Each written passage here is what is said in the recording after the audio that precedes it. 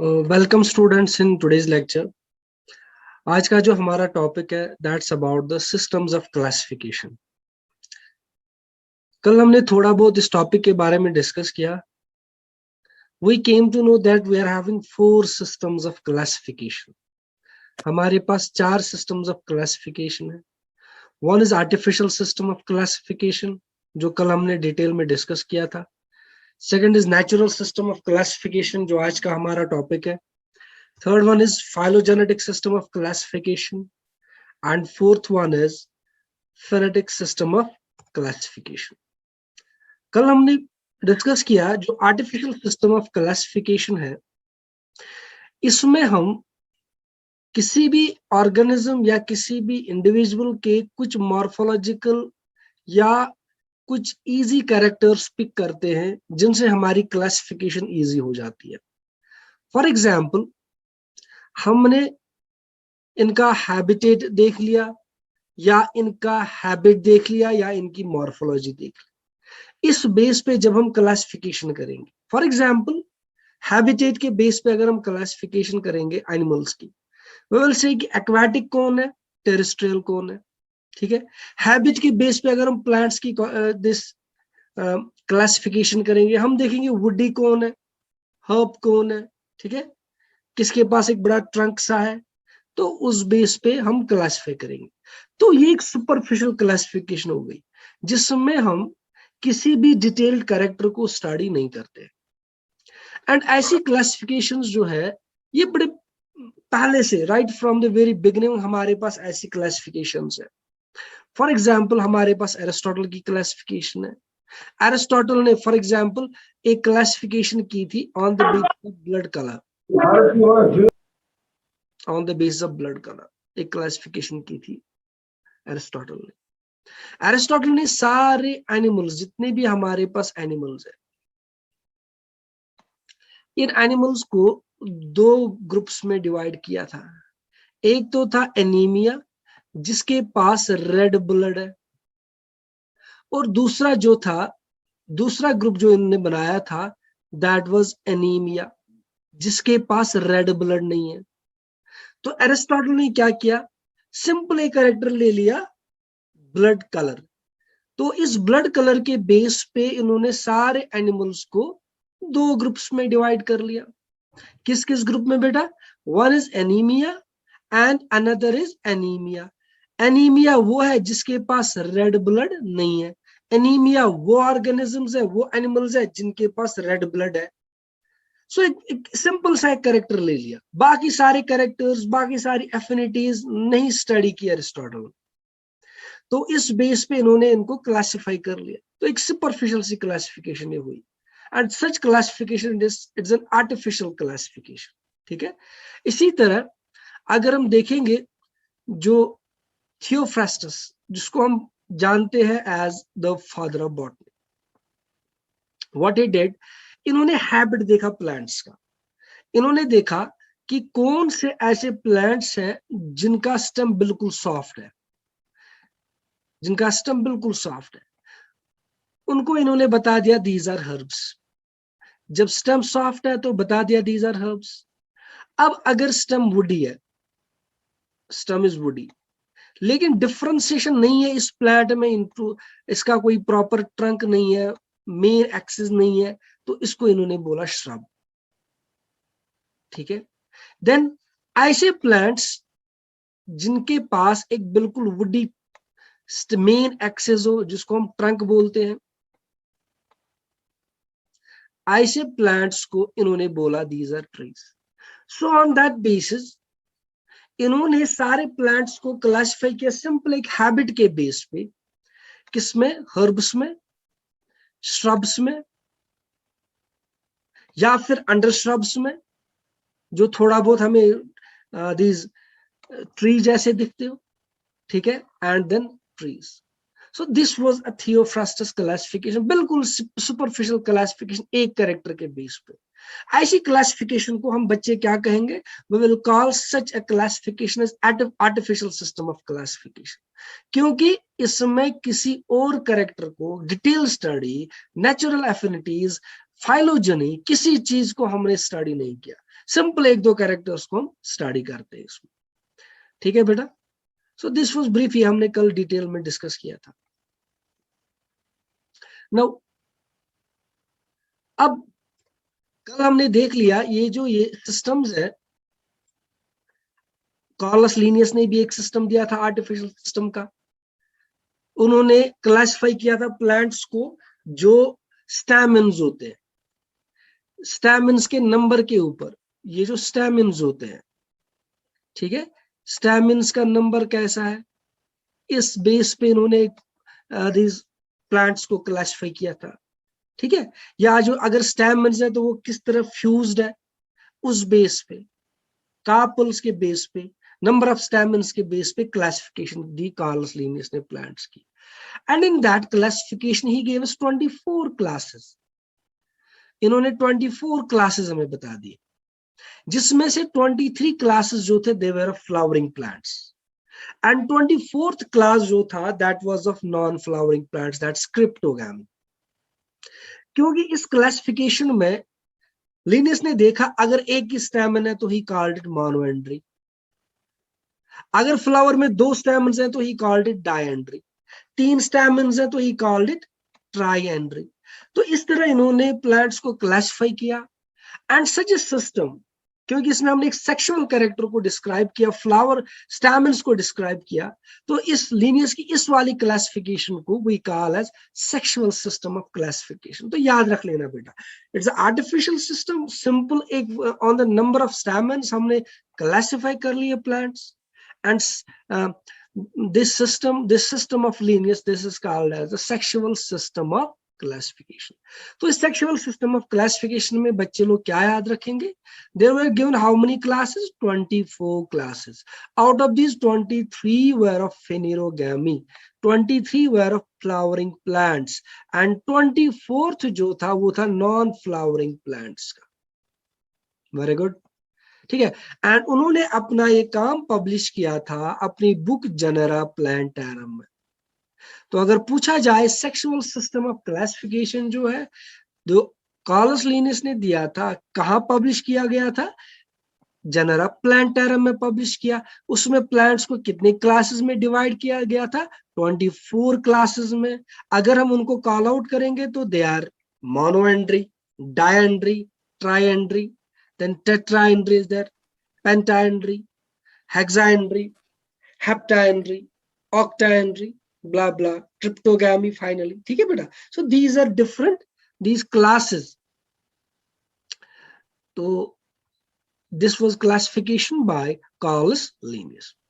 Now अब हम अगर देखें क्या फायदा है इस क्लासिफिकेशन, जब ये सुपरफिशियल क्लासिफिकेशन है तो इसका फायदा क्या है? Are we having any kind of advantage of this system of classification? Yes. इसमें हम सिंपल एक ग्रुपिंग तो कर लेते हैं, सुपरफिशियल ग्रुपिंग की से फिलहाल एक सिंपल सी ग्रुपिंग कर लेते हैं। इसमें हमें ज्यादा कुछ कीज का यूज भी नहीं करना पड़ता, क्योंकि हम एक ही कैरेक्टर को तो स्टडी करते हैं। लेकिन इसके बड़े ड्रॉबैक्स हैं। ड्रॉबैक क्या है इसका? इसमें अलग अलग ऑर्गेनिजम्स जो अलग अलग ग्रुप्स को बिलोंग करते हैं, जिनके कैरेक्टर्स अलग अलग है, जिनकी एफिनिटीज अलग अलग है, उनको हमने एक ही ग्रुप में रखा। ठीक है, अलग अलग काइंड ऑफ ऑर्गेनिजम्स को एक ग्रुप में रखा। ठीक है, क्यों? क्योंकि हमारा कोई मैकेनिज्म ही नहीं है उतना स्ट्रांग। हम एक दो कैरेक्टर के बेस पे इनको एक ही ग्रुप में हमने डाल दिया। तो हमने इसमें ना फाइलोजन यानी कि ना एवोल्यूशनरी हिस्ट्री स्टडी की, ना ही हमने इसमें नेचुरल एफिनिटीज को स्टडी किया। ठीक है, और हमने इसमें जो वेजिटेटिव कैरेक्टर जो है, वेजिटेटिव कैरेक्टर्स को इक्वल वेटेज दी। किसके साथ? हमने रिप्रोडक्टिव कैरेक्टर्स के साथ। फॉर एग्जाम्पल फ्लावर, इन दोनों कैरेक्टर्स को हमने इक्वल वेटेज दी। लेकिन अगर आप देखोगे जो हमारे वेजिटेटिव कैरेक्टर्स होते हैं, they're easily influenced by, easily affected by environment. So that's a problem. We can't give equal weightage to both sexual as well as asexual or vegetative characters. ठीक है बेटा, तो हम इनको इक्वल वेटेज नहीं दे सकते हैं, जो कि हम अक्सर किसमें देते हैं? इस आर्टिफिशियल सिस्टम में। So that was a problem.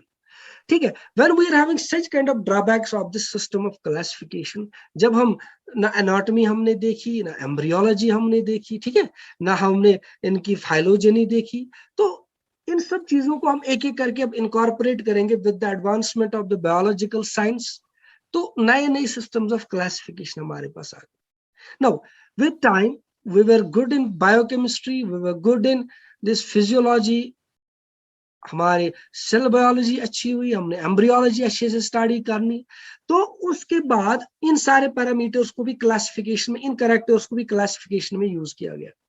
Then we got a new system of classification that is called as natural system of classification. तो इस नेचुरल सिस्टम ऑफ क्लासिफिकेशन में हम क्या करते हैं, हम नेचुरल एफिनिटीज जो होती है किसी भी ऑर्गेनिज्म की, उनको स्टडी करते हैं। लाइक जब हम सैंपल कलेक्शन करते हैं, when we go for sample collections, हम सैंपल कलेक्शन के टाइम देखते हैं इस प्लांट ये किस हैबिटेट में रहता है, इसके सराउंडिंग्स में what kind of these plants are there, ठीक है। फिर जाके हम इसका इंटरनल स्ट्रक्चर देखते हैं, we cut sections out of it, और फिर हम क्या इसका इंटरनल स्ट्रक्चर स्टडी करते हैं, हम इसकी एनाटॉमी स्टडी करते हैं। एनाटॉमी में हम देखते हैं इसमें किस टाइप की सेल्स है, what kind of cells are present in this. तो जब हम बिल्कुल बारीकी से स्टडी करने लगते हैं, एक एक चीज हम देख लेते हैं, तो simple natural system of classification में हम क्या देखते हैं, वी सी, हम इसमें जब भी प्लांट कलेक्शन के लिए जाते हैं या जब भी सैंपल कलेक्शन के लिए हम जाते हैं, any kind of living organism जो हो, हम उसके पूरे कैरेक्टर्स को स्टडी करते हैं। हम जो है बेटा, हम देखते हैं इसका अल्ट्रा स्ट्रक्चर कैसा है, हम इसकी एनाटॉमी स्टडी करते हैं, हम इसकी एम्ब्रियोलॉजी स्टडी करते हैं, we see what kind of embryo it is having, इसकी किस तरह इसका एम्ब्रियो बनता है, हम इसमें देखते हैं इसमें किस किस तरह का केमिकल प्रेजेंट है, what kind of chemical constituents it's having. तो we study its ultra structure, we study its anatomy, we study anatomy मतलब इंटरनल स्ट्रक्चर्स हम इसके स्टडी करते हैं, हम एम्ब्रियोलॉजी देखते हैं, हम फाइटोकेमिस्ट्री देखते हैं, ठीक है बेटा। तो जब हम इन सारे कैरेक्टर्स को भी स्टडी करते हैं, we say that it's a natural system of classification. So obviously ये वाला सिस्टम मोर एक्यूरेट होगा जो हमारा आर्टिफिशियल सिस्टम ऑफ क्लासिफिकेशन है, ठीक है। याद रखना इस क्लासिफिकेशन सिस्टम को हम बोलते हैं बेटा, we call it horizontal system of classification, या हम इसको 2D सिस्टम ऑफ क्लासिफिकेशन बोलते हैं। याद क्या आपको रखना है, बस इतना याद रखना है that natural system of classification में हम डिटेल स्टडी करते हैं, we look after the natural affinities, we look about the internal structure, about the cytology, about the embryology, हम ये सारी चीजें इसमें देख लेते हैं। नेचुरल सिस्टम ऑफ क्लासिफिकेशन को बेटा हम बोलते हैं हॉरिजॉन्टल सिस्टम ऑफ क्लासिफिकेशन, और we say it's a two dimensional system of classification और 2D system of classification. Now ये जो ये नेचुरल सिस्टम ऑफ क्लासिफिकेशन है, यहाँ पे एक इंपॉर्टेंट पॉइंट आपको याद रखना है, ये डार्विन के थ्योरी ऑफ इवोल्यूशन से पहले पहले का कॉन्सेप्ट है, it's a pre Darwinian concept. जो डार्विन है, डार्विन ने जो कॉन्सेप्ट दिया था कि एक स्पीशीज इवॉल्व होती है with time into a new species, यानी कि एक स्पीशीज जो है वो चेंज होती है with time, species are evolving with time. तो ये डार्विन का कंसेप्ट है, यानी कि स्पीशीज इवॉल्व करती है into new species with time, time के साथ साथ इसमें एक्यूमुलेशंस वेरी दिस वेरिएशंस एक्यूमुलेट हो जाते हैं और ये एक नया स्पीशीज बना लेता है, ठीक है। लेकिन ये जो natural system of classification it's a pre Darwinian concept, जिसका मूल मंत्र, जिसका जो बेस्ड है ऑन कि इनका मतलब है प्री डार्विनियन कॉन्सेप्ट जो है that was based on fixity of species, यानी कि स्पीशीज जो जैसी है वो वैसी रहेगी, वो चेंज नहीं होगी। Species don't change, they don't change, species जो है वो चेंज नहीं होती है, don't evolve into new species. तो we say that is a pre Darwinian concept, ये पोस्ट डार्विनियन कॉन्सेप्ट नहीं है। तो इसमें हम एवोल्यूशन भी स्टडी नहीं करते, because we don't believe in evolution, हम एवोल्यूशन पे इस वाले कॉन्सेप्ट में बिलीव ही नहीं करते, ठीक है बेटा। हम कहते हैं species existed as it is, जैसे ये वैसी एग्जिस्ट हुई है थ्रू आउट द टाइम, ठीक है बेटा। चले, तो this was brief about the this natural system of classification. फिर से मैं एक्सप्लेन कर रहा हूं, नेचुरल सिस्टम ऑफ क्लासिफिकेशन ये बेस्ड है ऑन द कंपैरिजन एक बहुत सारे कैरेक्टर्स के बेस पे ये उनके कंपैरिजन के बेस पे ये क्लासिफिकेशन होती है। इसमें पूरी इंफॉर्मेशन जो है वो गैदर की जाती है, चाहे सैंपल कलेक्शन के टाइम पे हो, चाहे फिर इनका इंटरनल स्ट्रक्चर हो, चाहे अल्ट्रा स्ट्रक्चर हो, चाहे एनाटॉमी हो, चाहे एम्ब्रियोलॉजी हो, ठीक है। This system is called as 2D system of classification and it's a pre Darwinian concept, जिसमें हम इस बात पे बिलीव करते हैं कि दैट स्पीशीज जो है वो चेंज नहीं होती है, ये इवॉल्व नहीं होती है, ये वैसी होती है जैसे ये है, ठीक है बेटा। चलिए देन अगर हम देखेंगे ये जो नेचुरल सिस्टम ऑफ क्लासिफिकेशन है, ये पॉइनियर्स कौन थे, किन किन ने हमें नेचुरल सिस्टम ऑफ क्लासिफिकेशन के बारे में बता दिया या उन्होंने क्लासिफाई किया ऑर्गेनिज्म। जॉन रे है, डी जसी है, डिकैंडोल है, कॉल्स लीनियस है, शिम्फर है, बेंथम एंड हुकर है। दीज आर डिफरेंट बायोलॉजिस्ट्स जिन्होंने ऑर्गेनिजम्स को क्लासिफाई किया via this system of classification. For example Bentham and Hooker, जिनको हम George Bentham and JD Hooker के नाम से जानते हैं, इन्होंने नेचुरल सिस्टम ऑफ क्लासिफिकेशन दे दिया अबाउट द प्लांट्स, और इन्होंने 202 फैमिलीज को डिस्क्राइब किया। They describe 202 families. और जो हमारा फ्लोरा ब्रिटिश इंडिया है, जो हमारा फ्लोरा ऑफ इंडिया है, वो इसी सिस्टम ऑफ क्लासिफिकेशन के ऊपर बेस्ड है, ठीक है। सो this was brief about the natural system of classification. Now इसके एडवांटेजेस क्या है? ऑब्वियसली जब हम ज्यादा स्टडी करेंगे, जब हम ज्यादा कैरेक्टर्स को देखेंगे, फॉर एग्जांपल अगर ये एक ऑर्गेनिज्म है, अगर ये एक स्पीशीज है, जब हम इस स्पीशीज के सारे कैरेक्टर्स देखेंगे, हम वेजिटेटिव भी देखेंगे, हम इसके फ्लोरल कैरेक्टर्स भी देखेंगे, हम और एनाटॉमी भी देखेंगे, we will see all kinds of characters. तो ऑब्वियसली इट विल बी, इसमें ऐसी ग्रुपिंग में क्या होगा, हम अनरिलेटेड ऑर्गेनिजम्स को एक साथ ग्रुप नहीं करेंगे, and we will have relations. एक ग्रुप में जो ऑर्गेनिजम्स होंगे, they will have relations with each other, उनकी हमें एफिनिटीज मिलेंगी। अगर हम इनके ग्रुप के किसी एक मेंबर को स्टडी करेंगे, तो बाकी मेंबर्स के बहुत सारे कैरेक्टर्स हमें ऑटोमेटिकली पता चलेंगे, ठीक है। और ये कोई रिजिड नहीं है, it's able to absorb new information, ठीक है। हम इसमें नई नई इंफॉर्मेशन को ऐड करते जाएंगे and we will classify accordingly. So this were brief advantages of this system of classification. Now अब अगर आपसे कोई पूछे, आप डिफरेंशिएट करो नेचुरल सिस्टम ऑफ क्लासिफिकेशन और artificial system of classification. Simple, natural artificial system of classification जो है, क्या कहोगे आप, हम एक दो सुपरफिशियल कैरेक्टर्स को देखते हैं, लेकिन यहाँ पे आप क्या कहोगे, हम लार्ज नंबर ऑफ कैरेक्टर्स को स्टडी करते हैं, तब जाके हम क्या क्लासिफिकेशन करते हैं। इसमें कैरेक्टर लाइक हैबिट लेंगे, हम मॉर्फोलॉजी लेंगे या हैबिटेट लेंगे, ठीक है बेटा। लेकिन यहाँ पे हम इंटरनल स्ट्रक्चर देखते हैं, हम एनाटॉमी फिजियोलॉजी, बायोकेमिस्ट्री, बहुत सारे कैरेक्टर्स को हम स्टडी करते हैं। So this was brief about these two systems of classification. Now we are left with only one system of, we are left with this phylogenetic and phonetic system of classification. तो यहाँ तक I hope कि आप लोगों को समझ में आया होगा।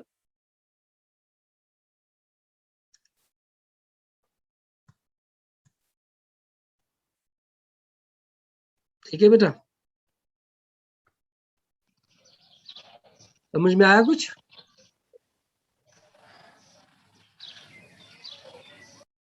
Anisa, Azra, Sakina, you got? Yes, sir. Chalo, very good. This was brief about these systems of classifications.